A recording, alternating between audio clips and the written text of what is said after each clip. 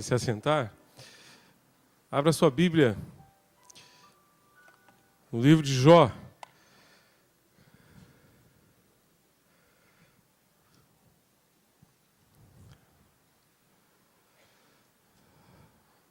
Livro de Jó, capítulo 1.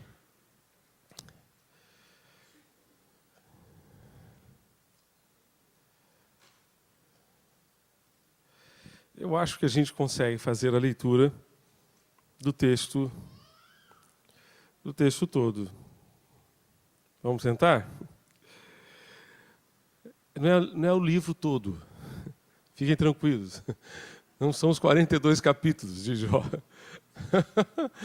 Acho que você pensou que fosse. Como é que ia ficar seu almoço hoje, em família, né? Ia ser um pouco comprometido, talvez. A gente, de repente, ia sair daqui umas 2h da tarde. Mas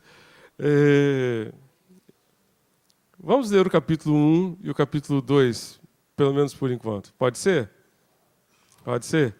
Porque aí a própria Bíblia conta a história. Tá bom? A própria Bíblia conta a história. Estamos juntos em Jó? Você vai encontrar nesse texto o drama de um pai. Tá? O drama de um pai e da sua família. Jó viveu uma situação que eu tenho certeza que nenhum pai gostaria de passar, gostaria de viver. Dentre os muitos dramas que ele viveu, vocês vão ver aqui a perda de todos os seus bens, depois a perda da sua saúde, ele também teve a perda de todos os seus filhos de uma vez só. De todos os seus filhos de uma vez só. Vamos ver quais foram as atitudes de Jó e quais devem ser as nossas atitudes hoje diante dos dramas da vida que assolam os pais, as mães, as famílias de um modo geral. Amém? Vamos lá. Na terra de Uz vivia um homem chamado Jó. Era homem íntegro e justo, temia a Deus e evitava fazer o mal. Tinha ele quantos filhos, irmãos? 7 filhos e 3 filhas. Então, um total de 10 filhos. Possuía 7.000 ovelhas, 3.000 camelos, 500 juntas de boi e 500 jumentos. Tinha muita gente a seu serviço. Era o homem mais rico do Oriente. Mais rico do Oriente. Gente, só camelo. Lembra, Jó, da nossa conta? Gente, só camelo. Né? O Jorge me ajudou a fazer a conta do presente que Jacó deu para o seu irmãozinho Esaú. Né? Uma fortuninha, né, de alguns milhões. Especialmente por quê? Por causa dos camelos. Os camelos valem uma fortuna. E o Jó tinha só 3.000 camelos, Jorge. Ele tinha só 3.000 camelos. Cada um vale 500.000. Faça a conta. Faça a conta. Era o homem mais rico do Oriente. Mais rico do Oriente. Seus filhos costumavam dar banquetes em casa. Né? Com uma fortuna dessa, né? Só vivia dando banquete. Imagina, churrasco no final de semana, churrasco no outro final de semana. Né? Uma festa maravilhosa. Né? Um de cada vez. Convidavam suas 3 irmãs para comerem e beberem. Terminado o período dos banquetes, imagina só, gente. E tinha o período dos banquetes, né? Jó mandava chamá-los e fazia com que se purificassem. De madrugada, ele oferecia um holocausto em favor de cada um deles, pois pensava, talvez meus filhos tenham lá no íntimo pecado e amaldiçoado a Deus.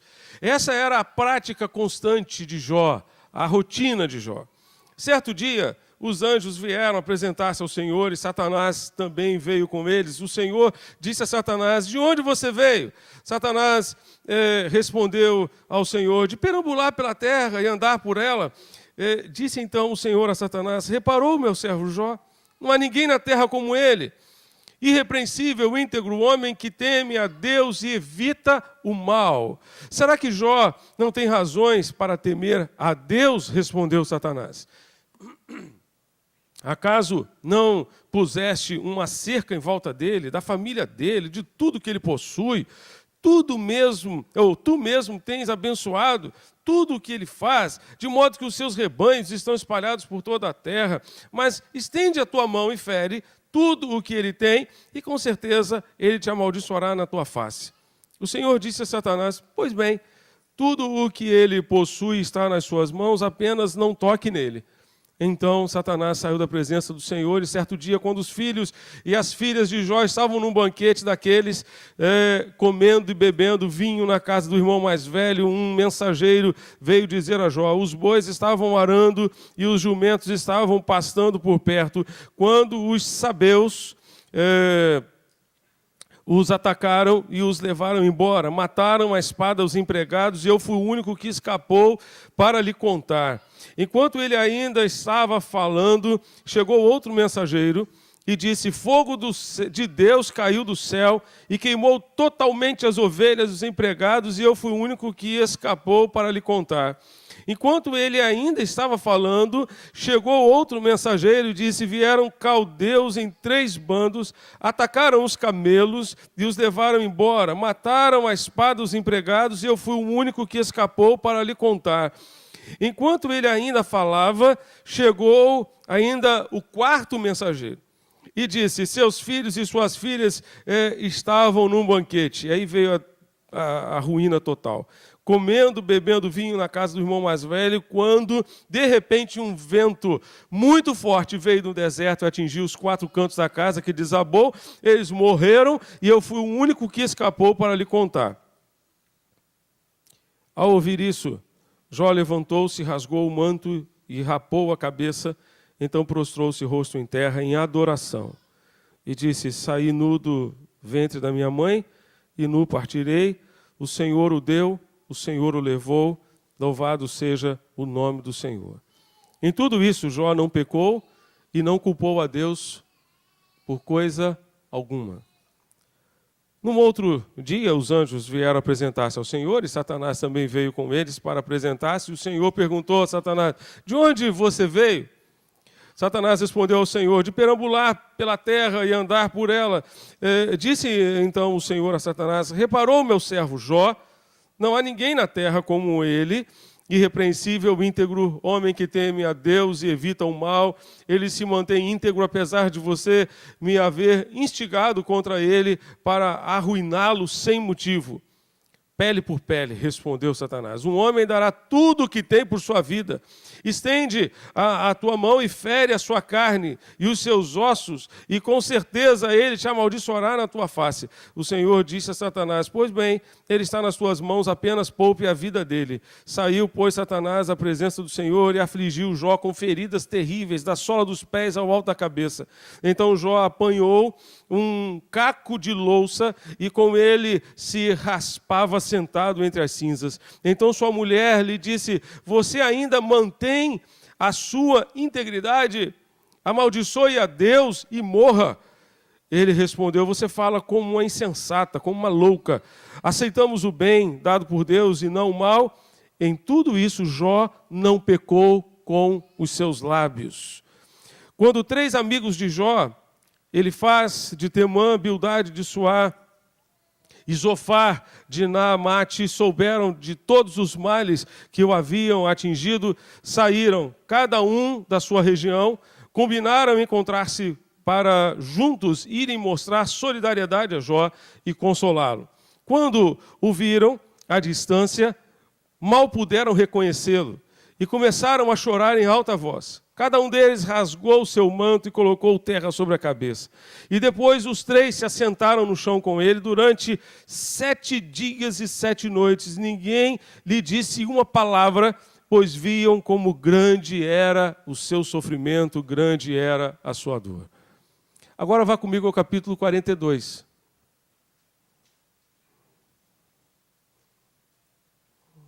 Que é o último. Do capítulo 3 ao 41, você vai encontrar os discursos dos amigos de Jó e do próprio Jó. E a fala do próprio Deus, respondendo a Jó. Mas aqui no capítulo 42, nós temos o desfecho de como essa história terminou.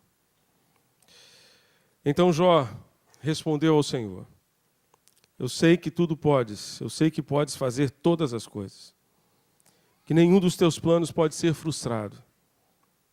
Tu perguntaste, quem é esse que obscurece o meu conselho sem conhecimento? Certo é que falei de coisas que eu não entendia, coisas tão maravilhosas que eu não podia saber. Tu disseste, agora escute e eu falarei. Vou fazer-lhe perguntas e você me responderá. Meus ouvidos já tinham ouvido a teu respeito, mas agora os meus olhos te viram. Por isso, menosprezo a mim mesmo e me arrependo no pó e na cinza.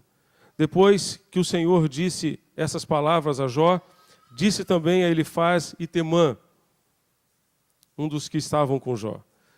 Estou indignado com você e com os seus 2 amigos, pois vocês não falaram o que é certo a meu respeito, como fez o meu servo Jó. Vão agora a teu servo Jó, levem 7 novilhos e 7 carneiros, e com eles apresentem holocaustos em favor de vocês mesmos. Meu servo Jó orará por vocês, e eu aceitarei a oração dele, e não lhes farei o que vocês merecem pela loucura que cometeram. Vocês não falaram o que é certo a meu respeito, como fez o meu servo Jó. Então Elifaz de Temã, Bildade de Suá, Zofar de Naamate fizeram o que o Senhor lhes ordenara, e o Senhor aceitou a oração de Jó. Depois que Jó orou por seus amigos, o Senhor o tomou, ou o tornou novamente próspero, e lhe deu o que, irmãos? O dobro de tudo o que tinha antes. Todos os seus irmãos e irmãs, e todos os que o haviam conhecido anteriormente, vieram comer com ele em sua casa.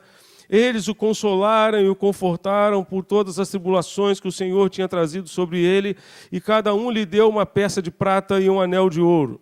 O Senhor abençoou o final da vida de Jó mais do que o início. Ele teve 14.000 ovelhas, ele tinha antes 7.000. 6.000 camelos, ele tinha antes 3.000. 1.000 juntas de boi e 1.000 jumentos. Também teve ainda 7 filhos e 3 filhas. A primeira deu o nome de Gemima, a segunda de Késia e a terceira de Querem Apuque. Em parte alguma daquela terra havia mulheres tão bonitas como as filhas de Jó. E seu pai lhe deu herança junto com seus irmãos. Depois disso tudo, Jó viveu ainda 140 anos. Viu seus filhos e os descendentes deles até a 4ª geração, e então morreu em idade muito avançada. Acho que depois de ler esse texto a gente podia ir embora para casa, não é? E se reunir com a família e agradecer a Deus. Eu acho que a gente não teria muito mais o que dizer depois dessa palavra. Eu queria só fazer alguns destaques para vocês a respeito de paz para os nossos dias. Há alguns autores que afirmam que o livro de Jó seria o livro mais antigo da Bíblia, que teria sido escrito por Moisés, antes até mesmo dos livros de Gênesis até Deuteronômio, que formam a Torá, que formam o Pentateuco. É uma teoria apenas, a gente não tem como afirmar. Como é que a gente pode tirar algumas lições, ou quais são as lições que a gente pode tirar dessa história para os nossos dias, para o nosso tempo? Eu queria dizer aos irmãos que paz para os nossos dias são aqueles que agradam a Deus. São aqueles que agradam a Deus. O Senhor Deus disse a Satanás: observaste o meu servo Jó? Você viu o meu servo Jó? Deus se alegrava com Jó, a sua vida trazia prazer ao coração de Deus. E Deus tinha prazer em se referir a Jó como o seu servo, como alguém que seguia os seus passos. Imagine o próprio Deus se referir a Jó dessa forma: na terra não há ninguém como ele. Eu não encontro na terra, eu olho para a terra e não consigo encontrar na terra alguém que tenha a mesma devoção de Jó, que tenha o mesmo comprometimento de Jó, que tenha a mesma integridade de Jó. Eu não consigo encontrar. Deus é quem está falando isso a respeito de Jó. Abra sua Bíblia no Salmo 14, versos 2 e 3. Salmo 14, versos 2 e 3. A Bíblia diz aqui, estamos juntos?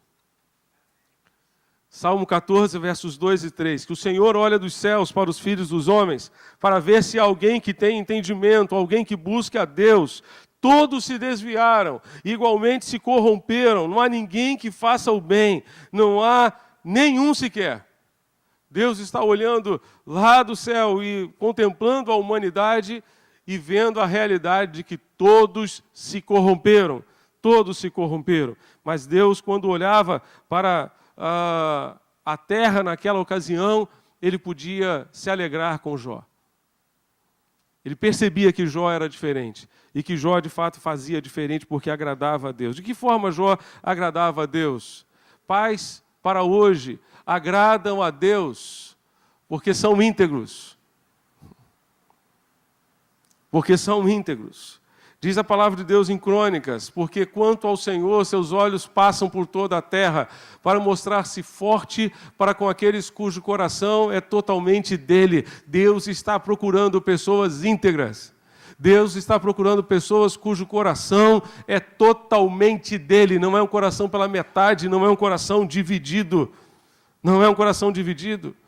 Lá pelas tantas, a mulher de Jó virou para ele e disse, depois de todo esse sofrimento, você ainda conserva a sua integridade, amaldiçoa esse Deus e morre. Você ainda conserva a sua integridade, Jó. Amaldiçoe a esse Deus e morra. Ele conservou a sua integridade no momento mais difícil da sua vida. Manter a integridade quando tudo vai bem é uma coisa, mas manter a integridade quando tudo vai mal, quando tudo vai de mal a pior, quando uma notícia é pior do que a outra, é uma coisa muito diferente, especialmente porque nesses momentos nós somos tentados a utilizar as circunstâncias, a utilizar as provações pelas quais nós passamos, para justificar as nossas ações e as nossas reações. E somos capazes de dizer a Deus, Senhor, eu fiz alguma coisa errada, mas olha só o que aconteceu comigo. Aí a gente usa, então, as circunstâncias adversas simplesmente para justificar as nossas atitudes erradas, os nossos erros. A verdade é que as pressões da vida podem colocar em xeque a nossa integridade. Gosto muito de uma referência interessante do Rick Warren, quando ele diz que você pega uma quantidade de chá, né, chá em saquinho, e você coloca todos aqueles saquinhos diante de você, e você pode colocar todos eles dentro de uma xícara, são todos iguais, né, de xícaras diferentes ali, um do lado do outro, mas você só vai saber o sabor do chá quando jogar água quente. O crente dá o seu sabor na hora da provação. Quando a água quente, a água fervente da provação, da adversidade chega, aí a gente tem a oportunidade de dar o nosso sabor. Porque as nossas reações falam muito mais sobre a nossa comunhão com Deus do que as nossas ações. A maneira como nós reagimos quando as coisas vão mal, a maneira como nós reagimos quando as coisas não acontecem do jeito que a gente gostaria que acontecesse, falam muito mais sobre o nosso relacionamento com Deus do que em qualquer outro momento. Quando a água quente da provação, da adversidade chega, nós temos a oportunidade de dar o nosso sabor. De repente, vamos dar um sabor de um chá de morango, que é o meu preferido. Mas, de repente, vamos dar um sabor de um chá de boldo, que é uma coisa horrível.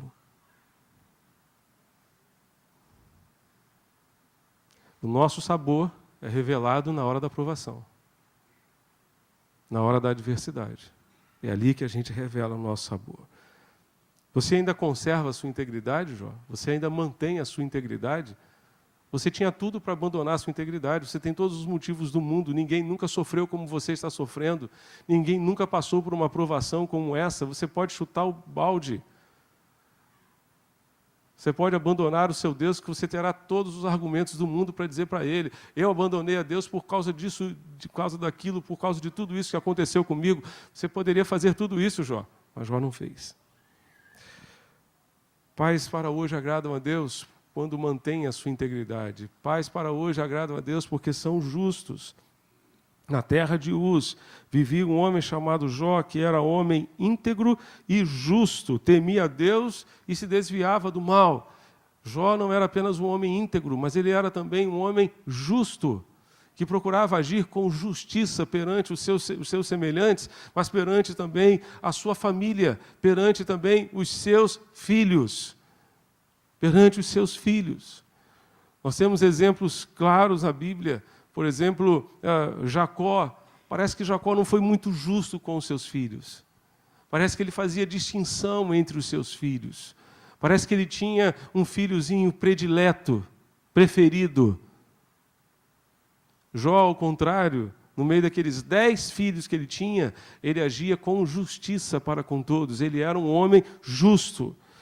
Pais para hoje agradam a Deus também porque temem a Deus. Porque temem ao Senhor, temem a Deus quando respeitam ao Senhor e têm consciência de que estão diante do Senhor. Temer a Deus é respeitar ao Senhor, respeitar a Deus em todos os ambientes da nossa vida, em todas as circunstâncias da nossa vida. Mesmo quando estamos dentro de casa e não tem ninguém por perto, nós tememos a Deus, nós respeitamos a Deus, sabemos que Ele está ali, está vendo a maneira como lidamos com a esposa, Ele está vendo a maneira como lidamos com os filhos, a maneira como tratamos os nossos filhos, Ele está vendo tudo isso. Tudo isso. Isso é temer a Deus. Isso é temer a Deus. Porque uma coisa que Deus abomina é a hipocrisia. É ser uma coisa dentro de casa e outra coisa dentro da igreja. É aparentar ser uma coisa que não diz respeito à realidade. Deus abomina a hipocrisia. Deus abomina. Quantas e quantas vezes você vai encontrar nos discursos de Jesus? Nos discursos de Jesus. Vá lá para o livro de Mateus, de Lucas. Ai de vós, hipócritas! Quantas vezes ele se refere aos fariseus, aos escribas, aos líderes religiosos da sua época, como hipócritas, como pessoas que eram uma coisa dentro de casa e outra coisa fora de casa. Pessoas duplas, que tinham vidas duplas, porque não temiam a Deus, porque não tinham consciência de que estavam diante de Deus, que as nossas atitudes são feitas diante do Senhor, onde quer que nós estejamos. Nós estamos agora na presença de Deus, e quando estivermos ali no hall de entradas, nós continuaremos na presença de Deus. Quando estivermos indo para casa, nós continuaremos na presença do Senhor. Nós nunca sairemos da presença do Senhor. Você não precisa orar a Deus: Senhor, estou entrando na tua presença, porque você nunca saiu dela, meu irmão. Você nunca vai sair da presença de Deus. Quer você queira, quer não. Quer você tenha noção disso, quer não tenha noção disso. Você sempre estará na presença de Deus, e esse Deus merece o nosso temor, merece o nosso respeito, merece a nossa reverência. Não o nosso medo, mas a nossa reverência. Aquilo que eu estou falando, aquilo que eu estou fazendo na presença de Deus. Na presença do Senhor. Paulo vai dizer lá na segunda carta aos Coríntios, no capítulo 2, de 14 a 17. Graças a Deus que sempre nos conduz em triunfo e que por meio de nós difunde o perfume da sua palavra. E Paulo vai dizer no verso 17, porque nós não somos como muitos outros, mercadejadores da palavra, mas é em Cristo que falamos como alguém que fala na presença do próprio Deus. Do próprio Deus. Nosso saudoso Russell Shedd dizia que nesse verso, ele podia se lembrar dos dias da cortina de ferro da União Soviética, da antiga União Soviética, em que muitos pastores pregavam com um soldado do exército sentado na primeira fila, com uma arma em punho diante dele. E se ele falasse qualquer coisa contra o Partido Comunista, se ele falasse qualquer coisa contra o governo, ele era fulminado ali na mesma hora. Paulo está dizendo, eu falo na presença de Deus, na presença do Senhor, na presença do Senhor. Aquilo que você vive dentro da sua casa, você está vivendo na presença do Senhor. Aquilo que você fala para os seus filhos, meu irmão, você fala na presença do Senhor. Aquilo que você fala para a sua esposa, quando está sozinho com ela, quando está longe dos seus filhos, você fala na presença do Senhor. E esse Deus merece ser temido, merece ser respeitado. Pais para hoje agradam a Deus porque servem a Deus e também porque se desviam do mal. Se desviam do mal. Está vendo que o mal está aqui? Vai para ali. A virtude não está em passar perto do mal e não cair. A virtude está em você passar longe do mal. Em você se desviar do mal. Você sabe que tem um caminho perigoso aqui, você vai procurar uma outra rota, uma outra alternativa. Você vai se desviar. Pais para hoje agradam a Deus também porque servem. Servem a Deus. Viste o meu servo Jó? Deus vai perguntar, tu viste o meu servo Jó? Jó era alguém que servia a Deus. E nós precisamos servir a Deus com um coração puro. Com um coração puro. Satanás perguntou a Deus a respeito de Jó, será que Jó teme a Deus sem intenções? Não basta servir a Deus, é preciso servir a Deus com o que, irmãos? Com o que, irmãos? Um coração puro. Satanás vai perguntar para Deus, será que Jó está temendo a Deus, está servindo a Deus sem intenções? A Nova Tradução, na linguagem de hoje, diz, será que não é por interesse próprio que Jó teme a Deus? Será que não existe um interesse particular? Será que não existe um interesse pessoal? Será que não é por interesse próprio que ele está servindo a Deus? Para Deus não basta a gente servir, é preciso servir com o coração íntegro diante dele. Porque Deus está vendo o meu e o seu coração. Deus sabe se a gente está servindo para querer o aplauso dos homens ou para querer o aplauso de Deus. Deus sabe o que é que move o nosso coração. Deus sabe. Deus conhece. E pais para hoje servem a Deus com fidelidade. Com fidelidade. Diz a palavra de Deus nos versos 9 e 10. Então o Senhor acha que Jó é assim por pura bondade de coração? Satanás está dizendo aqui para Deus. Ora, ninguém é tão bom assim. O Senhor o mima como se fosse uma criança. Cuida de tudo para que nada de mal aconteça com ele, a sua família ou a sua riqueza. E ainda abençoa tudo que ele tem. Desse modo, quem não seria fiel? O Senhor o mima. O Senhor dá tudo de bom para ele. Ele tem 500 camelos, mais não sei quantos jumentos, não sei quantas ovelhas, não sei quantas cabras, mais isso, mais aquilo. O Senhor o mima. Tira tudo isso. Tira tudo isso. Será que isso tem alguma coisa a ver com esse momento de crise que a gente está vivendo, irmão?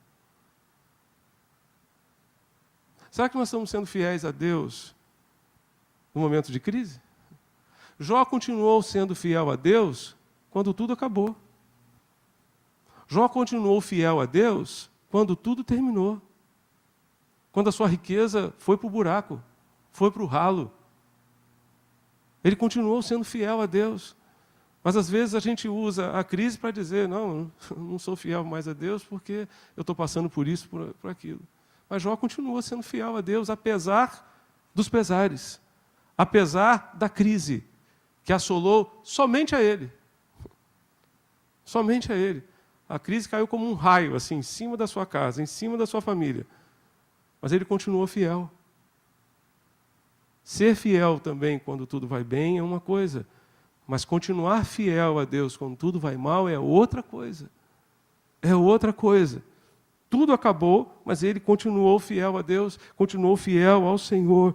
E Deus deseja que nós sejamos assim. Segundo lugar, paz para hoje, para os nossos dias. são aqueles que buscam sabedoria no falar. Buscam sabedoria no falar. Diz a palavra de Deus que em tudo isso, em todo aquele momento, em toda aquela circunstância, Jó não pecou com os seus lábios. Gente, isso é uma lição tremenda para mim e para você. Jó não pecou com os seus lábios, porque se você for fazer um levantamento da sua vida, talvez você chegue à conclusão de que a maioria dos nossos pecados acontecem através de quê? Da língua. Através daquilo que a gente fala. No meio daquela provação toda, no meio daquela angústia toda, perdendo 10 filhos de uma vez só. Como se não bastasse perder toda a sua riqueza, a pior dor é a perda de um filho. Não existe dor maior do que a perda de um filho. Ele perdeu só os 10, de uma vez só. De uma vez só. Nós acompanhamos o drama do pastor Pedro, esses dias agora. A sua filha tem 18 anos, mas tem distúrbios psicológicos. E ela, embora tenha uma idade de 18 anos, a idade mental dela é de 12 anos. Chegou em casa, acho que na quinta-feira, lá, com os amigos, entrou em casa, deixou a mochila e falou com a mãe: eu vou ali fora falar com os meus amigos. E simplesmente desapareceu. Desapareceu. E houve uma mobilização na internet, um monte de amigos, família, pastores, todo mundo correndo atrás daquela menina. Ontem, pela misericórdia de Deus, acharam a menina em Botafogo. E que dor daquele pai. Que angústia daquele pai. Que dor seria passar o dia dos pais sem a sua filha. Sem saber o seu paradeiro. Jó perdeu todos os filhos de uma vez, de uma tacada só. Mas ele conservou a sua integridade no falar. Ele pensou naquilo que ele deveria falar. Quantos filhos hoje amargam traumas? Traumas, porque o pai falou o que não devia falar para ele. Em algum momento o pai virou para ele: você é um burro. Eu conheço essa história. E aquela palavra feriu a sua alma de uma tal forma que ele alimenta isso a vida inteira. A vida inteira. Que tristeza isso. Cuide da sua fala. Cuidemos da nossa fala. Porque é muito fácil a gente pecar. Eu e você pecarmos com as nossas palavras. Especialmente quando a gente é pressionado pelas circunstâncias. Especialmente quando nós somos pressionados com as coisas que acontecem com a nossa vida. Muitas vezes, na hora da dor, nós abrimos a boca para pronunciar palavras que não deveríamos falar, das quais nós nos arrependeremos mais tarde. Não podemos esquecer que daremos conta de toda a palavra que sai da nossa boca. Toda a palavra, mesmo aquelas palavras que pronunciamos nos momentos de adversidade, nós daremos conta diante de Deus de todas elas. O Senhor Jesus disse em Mateus, capítulo 12, versos 34 a 37, está ali na Bíblia a mensagem: a mente de vocês parece um ninho de cobras. Olha o que Jesus está dizendo para os hipócritas, né? A mente de vocês parece um ninho de cobras. Como dar crédito ao que dizem, já que são todos tolos? É o coração, não o dicionário, que dá significado às palavras. A pessoa de bem produz boas obras, as boas palavras todo o tempo, mas a pessoa má é como uma praga no pomar. Permitam-me dizer uma coisa: cada uma dessas palavras impensadas voltará para assombrá-los. Cada uma dessas palavras impensadas voltará para assombrá-los. Sabe por quê? Porque a versão antiga diz: porque nós teremos que dar conta de toda palavra frívola, toda palavra fútil que sair da nossa boca. No dia do juízo, todos nós teremos que dar conta das palavras fúteis e inúteis que nós pronunciamos ao longo da nossa vida, inclusive aquelas que pronunciamos dentro da nossa casa.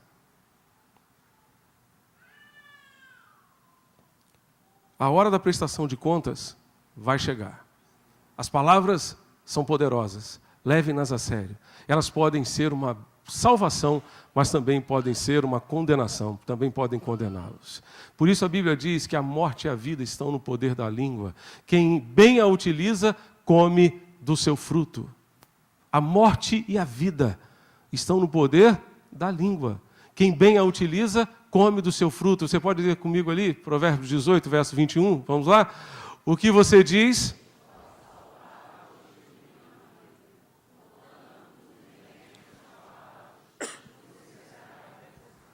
Próximo verso, todos juntos?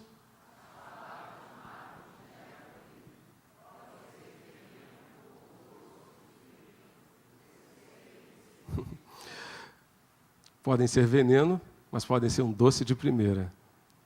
Pode ser um doce de primeira. Doce de leite. Maravilhoso, não é não? Com queijinho branco, assim. Uma goiabada com queijo branco. Misericórdia, já está com fome já da sobremesa, né, irmão? Já está com fome da sobremesa. Misericórdia. Misericórdia. Tinha um primo que a gente disputava quem comia mais doce de leite quando a gente era criança. Depois que ele morreu, eu comecei a comer doce de leite em memória dele. Em memória dele. Isso aqui é em memória do Ezequiel, meu primo. Lembrando do tempo que a gente comia doce de leite junto. Doce de leite cremoso ou durinho? Qual que você prefere? Tanto faz, né? Os dois, né? Os dois, né, Sérgio? Qualquer um cai bem, né? Qualquer um cai bem. As palavras matam e geram vida. Podem ser um veneno, mas podem ser um doce de primeira. Precisamos de sabedoria para falar com os nossos filhos, sabedoria para falar com a esposa na frente dos filhos, e mesmo quando os filhos não estiverem na nossa frente. Jó poderia ter culpado a Deus por tudo, poderia ter blasfemado contra Deus, poderia ter reclamado com Deus, ter dito: Deus, eu fui fiel a Ti, eu fui um homem íntegro até aqui, como é que Tu permites que eu viva isso tudo? Ele não questionou Deus em momento algum. Você não encontra. Precisamos de sabedoria para tomar cuidado com aquilo que nós falamos, especialmente dentro de casa. Dentro de casa. Terceiro lugar, pais para os nossos dias são aqueles que oram. Aqueles que oram. Jó orava sempre pelos seus filhos. Jó foi sacerdote da sua casa. Ele não era sacerdote. Pelo menos o texto não fala a esse respeito.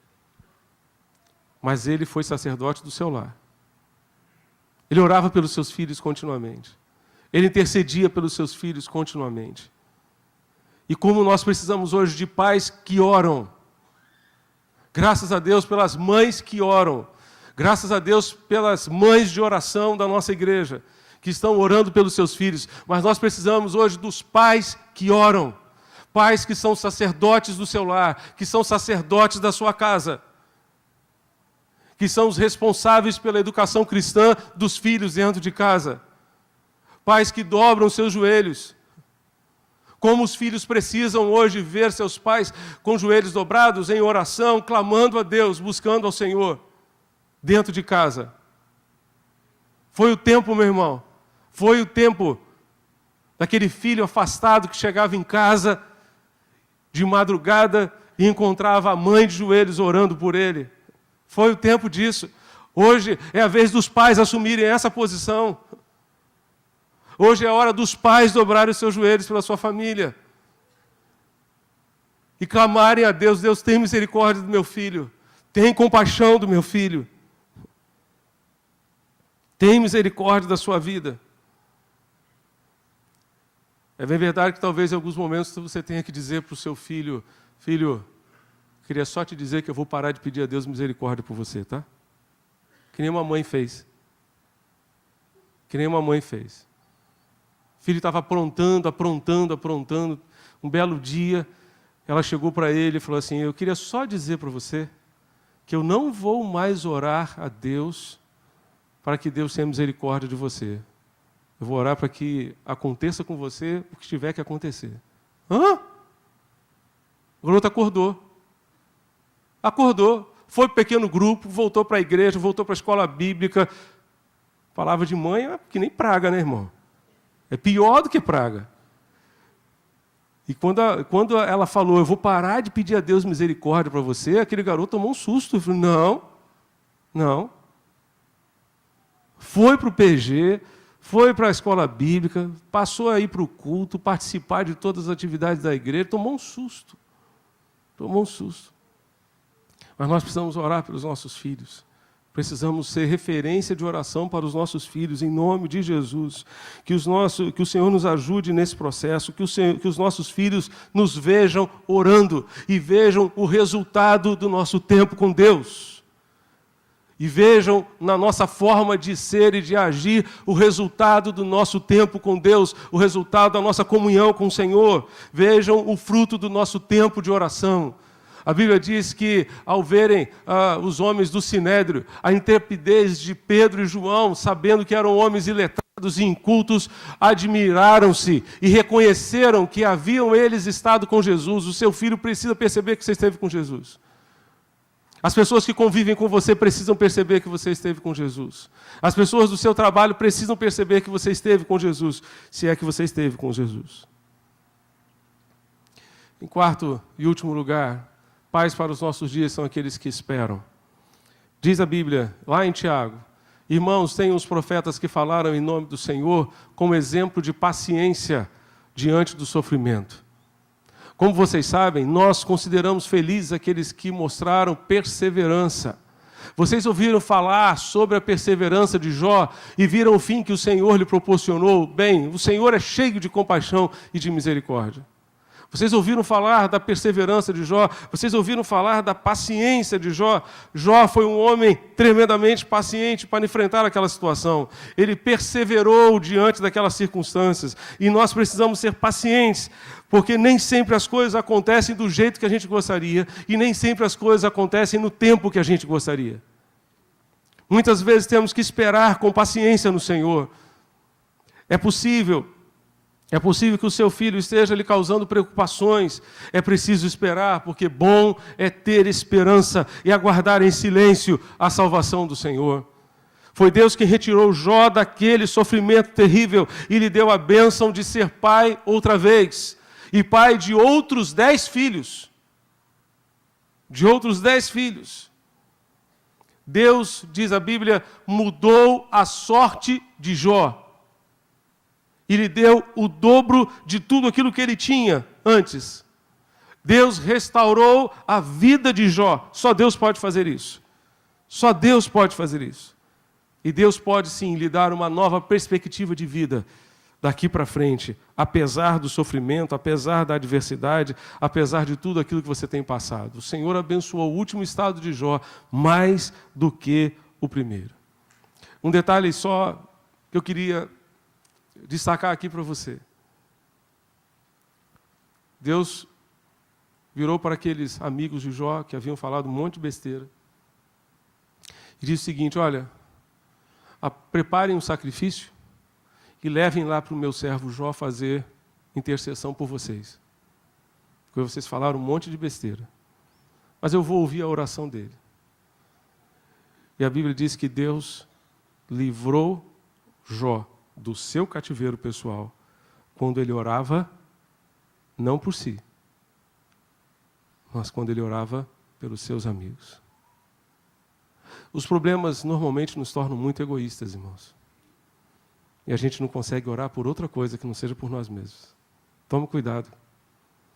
Jó foi liberto do seu cativeiro de sofrimento, de dor, de aflição, quando ele orava por outros, quando ele orava por alguém, quando ele orava pelos seus amigos.